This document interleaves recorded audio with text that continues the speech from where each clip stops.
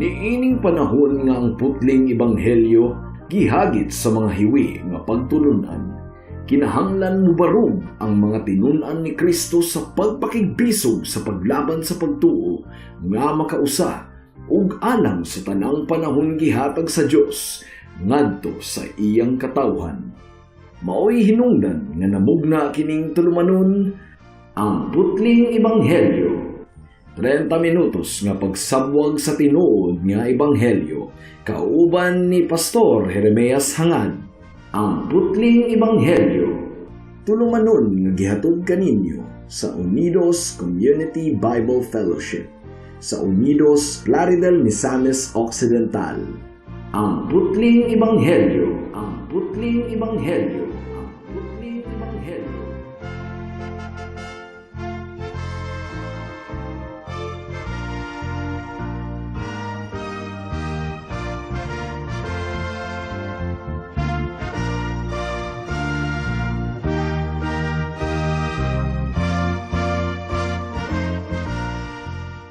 Atong ablihan ang atong Biblia sa Marcos Kapitulo 4, versikulo 1 hangtod sa 20. Marcos Kapitulo 4, versikulo 1 hangtod sa 20. Ang giingon dere, unya, misugod na usab si Jesus sa pagpanudlo didto sa daplin sa lanaw sa Galilea. Daghan kaayo ang mga tawo nga mialirong kaniya. Ug tungod niini misakay si Jesus sa usa ka sakayan ug milingkod samtang ang katawhan nagbarog didto sa lapyahan.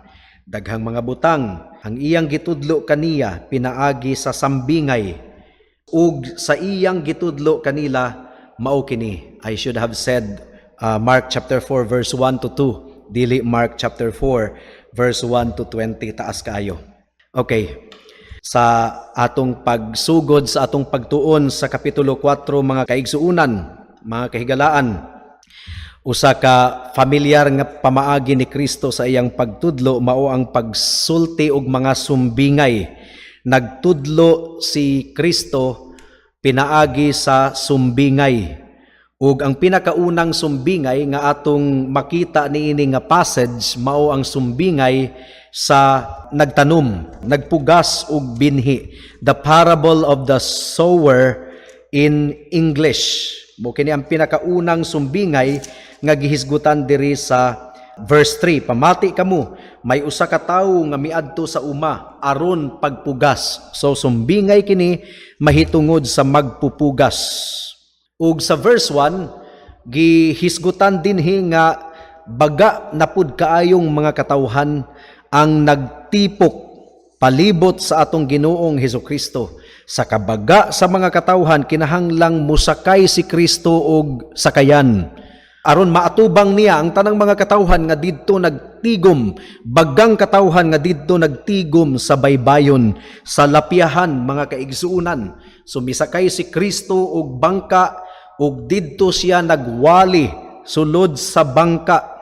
You can imagine nga hilom kaayo ang mga katawhan ni adtong tungura aron madunggan nila ang tingog sa atong Ginoong Hesukristo, aron madunggan nila ang wali sa atong Ginoong Hesukristo. Dili pa kayo saba ang palibot ni adtong panahuna. Mao nga posible gayod nga nagwali si Kristo o gamhanan si Kristo bisan pag wala siya ay microphone, mga kaigsuunan. Sa verse 2 gihisgutan ni Marcos dinhi nga gituyo gayod ni Kristo ang pagpanudlo pinaagi sa pagsultig mga sumbingay.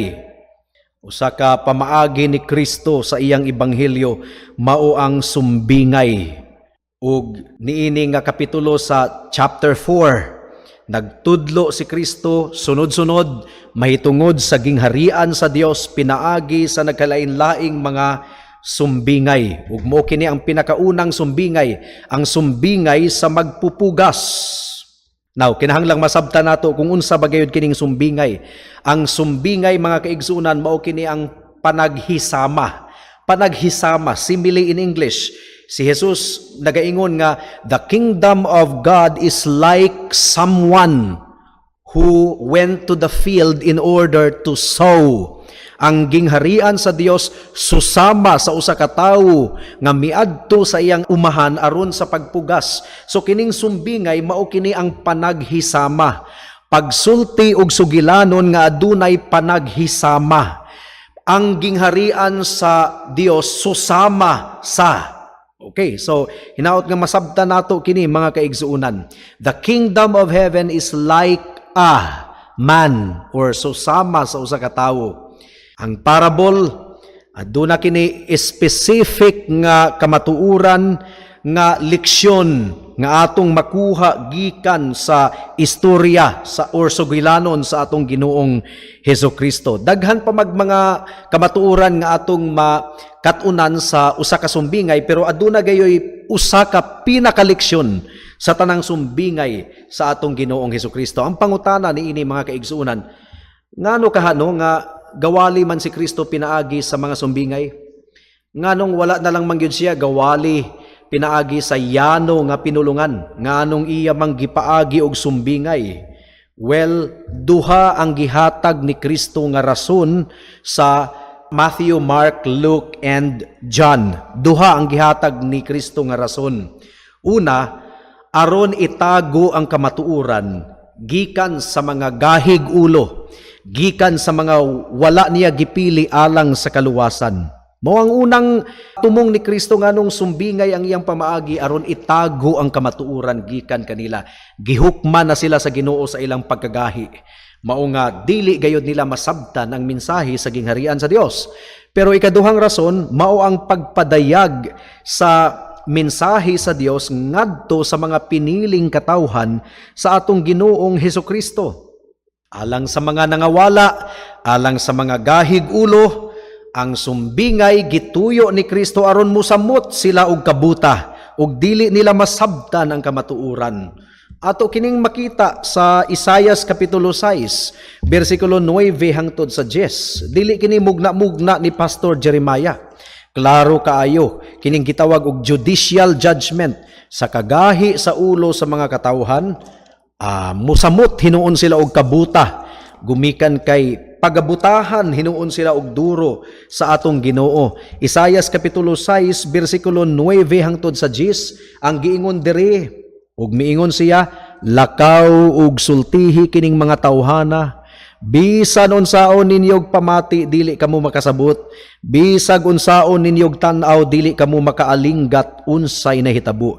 Pagahia ang mga kasing-kasing niining mga tawhana, himua silang bungol ug buta, aron dili na sila makadungog o makakita o makasabot, kay tingalig mo balik sila kanako og mamaayo. Busa higala kung nasabtan nimo ang mensahe sa ebanghelyo, kinahanglan ka maghinulsol sa imong sala ug mudangop kang Kristo. Ayaw ginintawon pagpagahi sa imong kasing-kasing, kay basin og pagahion na gyud na og duro sa Ginoo. Ug dili na gyud hinuon ka makasabot, wala na kay paglaom. Judicial abandonment ang tawag ni ana. Napanalang sa mga piniling katawhan sa Dios, ang sumbingay, ilustrasyon kini aron masabtan ang kamatuoran. So you see, kinahanglan gayod nga mahimo kitang maampingon sa atong kinabuhi, mga kaigsuunan, mga kahigalaan. Adunay duha ka bahin ang wali sa pulong sa Ginoo ning takna sa kagabhion. Una, the revelation of God Himself is essential for salvation. Ang pagpadayag sa Ginoo mahinungdanon gayud kaayo alang sa kaluwasan. Ikaduha, God's revelation of Himself is particular. Ang pagpadayag sa Ginoo sa iyang kaugalingon, partikularmente kini sa grupo sa mga katauhan nga iyang gipili. Magampo una kita. Salamat o Dios sa mensahe nimo ning takna sa kagabihion. Among gipanghayo nga andamon nimo ang kasing-kasing sa imong mga katauhan. Tabangi usab ang imong ulipon karon sa pagmantala sa imong ebanghelyo. Mao kini among giampo ug gipasalamatang daan sa ngalan ni Jesus. Amen. God's revelation of Himself is essential to salvation. Aron kita maluwas mga kaigsuunan, kinahanglang mahibaw-an nato ang pagpadayag sa Ginoo sa iyang kaugalingon. Tungod kay dili kita maluwas kung dili nato mailhan ang atong buhi nga Dios. Ug unsaon man nato sa pag-ila sa atong Ginoo kung iyang ipadayag ang iyang kaugalingon ngari kanato. Ang ebanghelyo mga kaigsuunan nanginahanglan kini og facts or kamatuuran. Kinahanglan kining mga kamatuurana, kinahanglang yano kini natong masabtan, dili kini lisod sabton mga kaigsuunan. And some of the most mentally simple people who have embraced the Lord Jesus Christ, nakahibalo niini nga mga kamatuuran, ila kining nasabtan mga kaigsuunan. Bisan pa ang gagmayng mga bata, makasabot niini nga kamatuuran, kung ablihan sa Ginoo ang ilang kasing-kasing una-una aron sila maluwas. And in fact, bisan pag bright kaayo ang usa ka tawo mga kaigsuunan, bisan pa og edukado kayo, doktor, abogado, engineer, kung dili gayod ablihan sa Ginoo ang ilang kasing-kasing una-una, dili gayod nila masabtan ang kamatuuran. Mao kini giingon sa Matthew chapter 11 verse 25. Gibasa nato kaganina sa scripture reading. Nakita nilang kamatuuran pero nagpabilin silang buta. Ang giingon diri sa Matthew chapter 11 verse 25. Unya si Jesus miingon, "O Amahan, Ginoo sa langit ug sa yuta, nagpasalamat ako kanimo kay gipadayag man nimo ngadto sa mga walay kahibalo kining mga butanga ug imong gitago gikan sa mga maalamon ug sa mga makinaadmon." Nang hinambog ang mga bright sila, pero pag abot sa mga butang mahitungod sa Ginoo, wala di ay kuno sila'y alamag. Kini nga mensahe sa Ebanghelyo, dili kini masabtan sa mga bright ni ining kalibutana. Unang Korinto kapitulo 1 bersikulo 19. Ang giingon diri sa Unang Korinto kapitulo 1 bersikulo 19 mga kaigsuunan. Ang kasulatan nag-ingon, "Himuon kong kawang ang kahibalo sa mga maalam, ug isalikway ko ang kaalam sa mga makinaadmon." Kay ngano, ang mga bright manggod kasagara ang mga hambugiro. Dili sila mutuo sa Ginoo kay kunuhay scientist sila, dato sila, abogado sila, doktor sila, engineer. Samot hinuon og gahi ang ilang kasing-kasing kay gipagahi na hinuon og samot sa atong buhi nga Dios. Ug ang kasalaanan sa mga tawo mao ang nagpabuta sa ilang mga mata, sa ilang mga kalag. Nahimong buta ang mga katawhan gumikan kay makasasala sila. Nahimo silang mga buta mahitungod sa atong Ginoong Hesukristo. Ug ang mga dili magtotoo, dili gayud nila madawat ang mga butang mahitungod sa Ginoo. Tungod kay wala sila'y kining gitawag og spiritual discernment. Mao kini ang giingon ni Kristo sa Juan kapitulo 8 bersikulo 43. Paminawan ninyo mga kaigsuunan. Juan kapitulo 8 bersikulo 43 ang giingon diri, "Nganong dili man kamo makasabot sa akong gisulti? Ang hinungdan niini mao nga dili kamo buot mudawat sa akong mensahe." Lagi mga tawo nga gahi na gyud kaayo, murag nakakondisyon na gyud ang ilang hunahuna nga dili nila dawaton ang giwali sa pulong sa Ginoo. Mao nga dili gayud hinuon sila makasabot. Judicial abandonment, gihukman na sila sa Dios. Hadlo kaayo higala. Ayaw gayud in taon pagpagahi sa imong kasing-kasing. Unang Korinto kapitulo 2 bersikulo 14. Ang giingon diri sa Unang Korinto kapitulo 2 bersikulo 14, hinaot nga tandugon ka sa Ginoo ning takna sa kagabihion. Bersikulo 14. "Apan ang tawo nga wala magbaton sa espiritu sa Dios, dili makadawat sa mga gasa nga gikan sa espiritu sa Dios. Dili gayud siya makasabot niini og binuang kinialang kaniya, kay kini matugkad lamang sa espirituhanong pamaagi." So you see, bisan pag-unsa ka bright ang usa ka tawo, kung dili gayud siya ablihan sa Ginoo sa iyang kasing-kasing hunahuna, dili gayud niya masabtan. Kinahanglang mulihok kaniya ang balaang espiritu. Kinahanglang pag-aablihan sa balaang espiritu ang iyang kasing-kasing hunahuna aron iyang masabtan ang kamatuuran.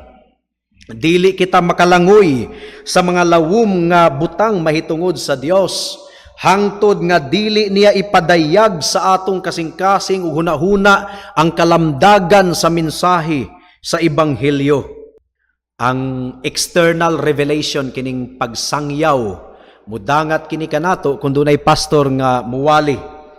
The Word of God, kinahanglan gayud natong madunggan ang pulong sa Ginoo, ang external public proclamation of the Word of God. Importante kini. Gumikan kay ang giingon sa Roma kapitulo 10 bersikulo 17, ang pagtuo nagagikan sa pagpaminaw ug ang pagpaminaw pinaagi sa pulong sa Dios. Importante gayud. Pero bisan pag usa ka milyon ka kahigayon nga makadungog sa wali sa pulong sa Ginoo, kung dili gayud ablihan sa Ginoo ang imong kasing-kasing una-una, dili gayud ikaw makasabot. Mao nga nanginahanglan kita og internal illumination of the Holy Spirit. Nanginahanglan kita og paglamdag sa atong kinasuluran gikan sa balaang espiritu. Ug kini nga paglamdag sa atong kinasuluran, nanginahanglan kini sa pagkabanhaw sa atong patay nga kalag atubangan sa Dios. Gumikan kay ang kalag sa tawo nga wala pa kang Kristo, patay. Patay. Efeso kapitulo 2 bersikulo 1 ug 5. Patay kita kaniadto gumikan sa kasalanan. Kinahanglan kitang mataw pag-usab. Kinahanglan kitang ma-born again. Ug ang pagka-born again, mga kaigsunan, dili kini pinaagi sa ritual, dili kini pinaagi sa pagbalhin og relihiyon. Ang pagka-born again, pinaagi kini sa paglihok sa balaang espiritu sa atong kinasuluran. Ang atong patay nga kalag pagabanhawon aron makita nato nga kita makasasala ug dili kita makaluwas sa atong kaugalingon, ug aron makita nato nga si Kristo lamang gayod ang tinuod nga Dios ug manluluwas. Pinaagi sa iyang pagkamatarong ug sa iyang dugo nga giula didto sa krus sa Kalbaryo, ang tanang musalig ug mutuo kaniya dili gayod malaglag, kundili dunay kinabuhing walay katapusan. Matod pa ni Martin Lloyd-Jones, the Holy Spirit takes His Word and He illumines it. Ang balang Espiritu nagapanglihok kuno sa atong kasing-kasing ug pagalamdagan niya ang atong kasing-kasing and takes our minds and enlightens them. Lamdagan usab sa balang Espiritu ang atong hunahuna, and we are thus made receptive to the Word of God. Ug mahimo kitang madinawaton ug masinugtanon sa pulong sa Dios. Praise God. Kung wala ang paglamdag sa balaang espiritu, relihiyoso lamang kita. Doon na lamang kita'y relihiyon, pero wala gayo'y tinuod nga relasyon sa atong Ginoo. Hadlo kaayo. Ikaduhang Timoteo kapitulo 3 bersikulo 5 hangtod sa 7. Doon ay relihiyon, pero walay relasyon sa Ginoo. Ang mga tao nga doon ay relihiyon, kugihan pod kini mga kugihan pod kini sa mga ritual sa ilang relihiyon, sa mga naandan nga mga rituals, kugihan, dunay relihiyon. Pero walay relasyon sa Ginoo. Busa, bisan pa ang pag-ampo, dili gayud nila mahimo ang yanong pag-ampo, ang simpleng pag-ampo gikan sa ilang kasing-kasing, dili nila mahimo. Kinahanglang pagabasahon nila ang ilang prayer or i-memorize or balik-balikon, mga kaigsuunan. Gumikan kay walay relasyon sa atong buhi nga Dios. Ikaduhang Timoteo kapitulo 3 bersikulo 5 hangtod sa 7. Ang giingon diri, mga kaigsuunan, magpabilin silang relihiyoso apan isalikway nila ang matuod nga gahom niini. Likayi kining mga tawhana. Pipila kanila musaka sa kabalayan aron pag-ilad sa mga makaluluoy nga babaying nabugatan sa sala ug dali rang madala sa ilang nagkalain-laing dautang kaibog. Naningkamot kining mga babayhana nga makakaton apan dili gayud sila makasabot sa kamatuuran. So you see, ato kining pagabatbaton kining issue. Kung atong pagatun-an na ang sumbingay mahitungod sa magpupugas.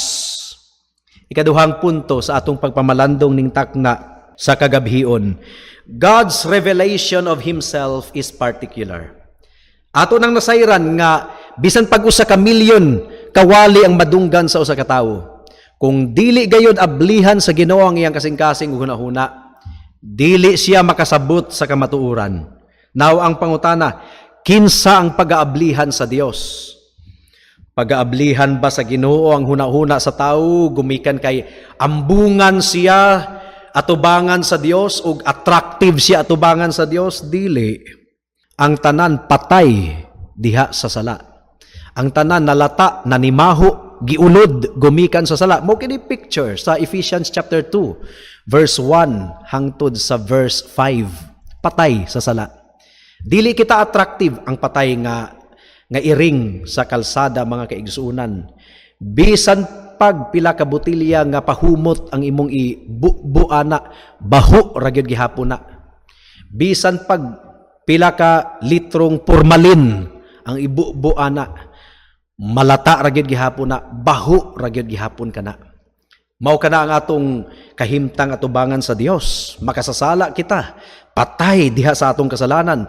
Unya atong sininaan ang atong kinabuhi pinaagi sa mga maayong buhat. Ang maayong buhat nato hugawng panaptong dinug-an lamang atubangan sa Dios. Simple ra kaayo ang ebanghelyo, mga kaigsuunan.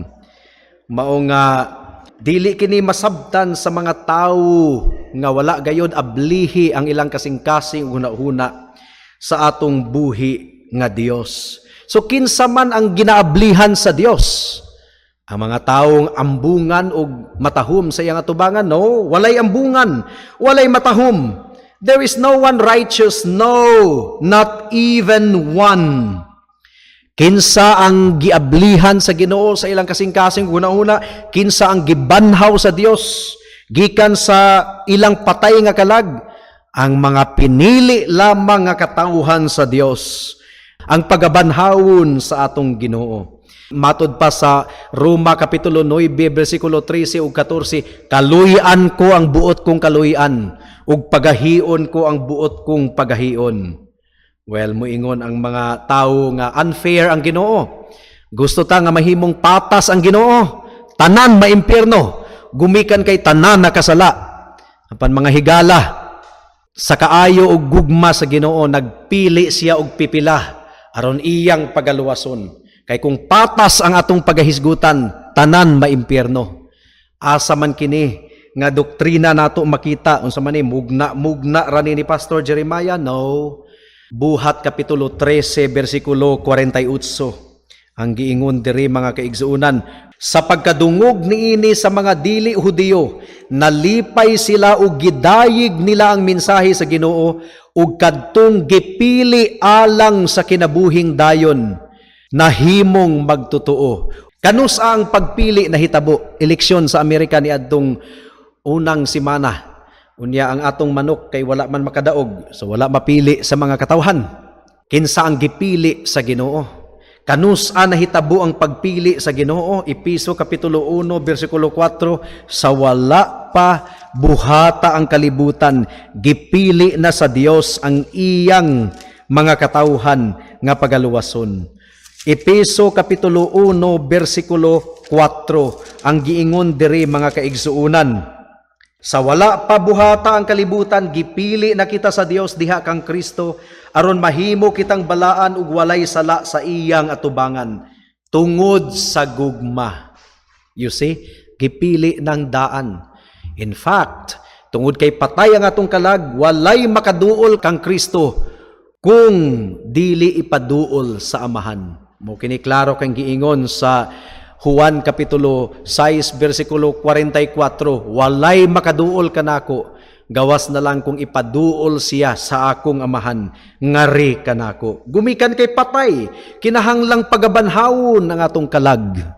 Ug wala kitay gahom niini igsuon. Wala pud kitay katahom nga kumbaga naibog ang Ginoo kanato. No. Kitang tanan makasasala. Nanginahanglan lamang kita sa grasya sa Ginoo. Unsaon man nato pagsayod nga usa ka tawo pinili sa Dios? Kung siya maghinulsol, isabwag nato ang mensahe sa ebanghelyo sa tanang mga katawhan, pero wala kita kahibalo kung kinsay gipili sa Ginoo, kay wa man ay mga tattoo. Bugani nga madasigon kitang magwali, gumikan kay excited kita nga masayod kung kinsa kaha niining mga katawhan ang gipili sa Dios.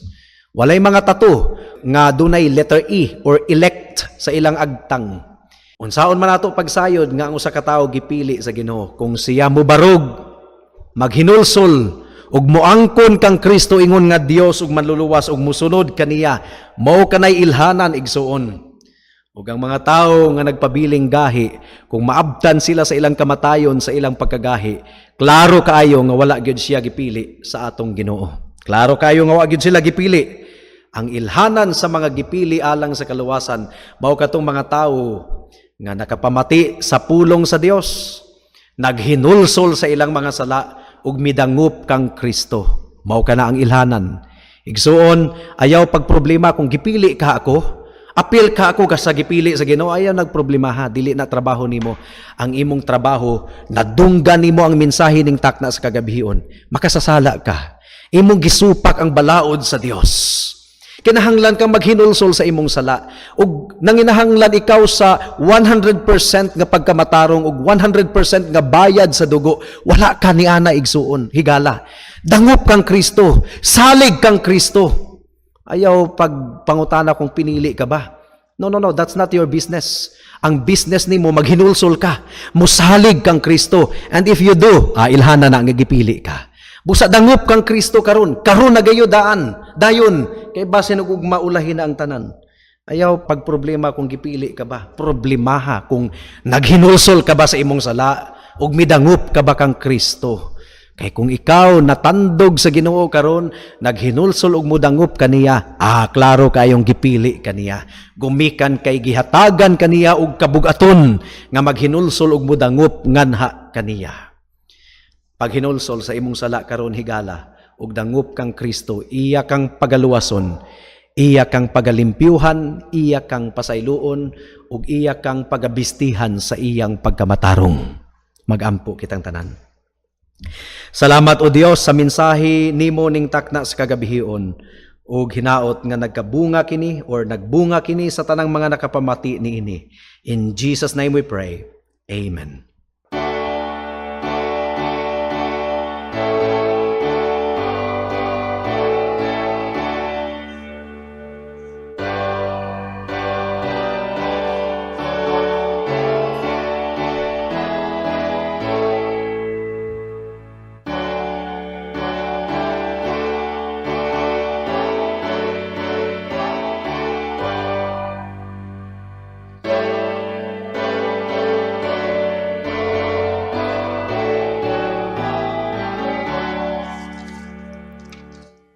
Si Jesus nagtawag, uduol kaniya. Hinulsuli gayud ang kasalanan mo. Andam siya sa pagpasaylo kanimo. Gasas kaluwasan igahatag niya.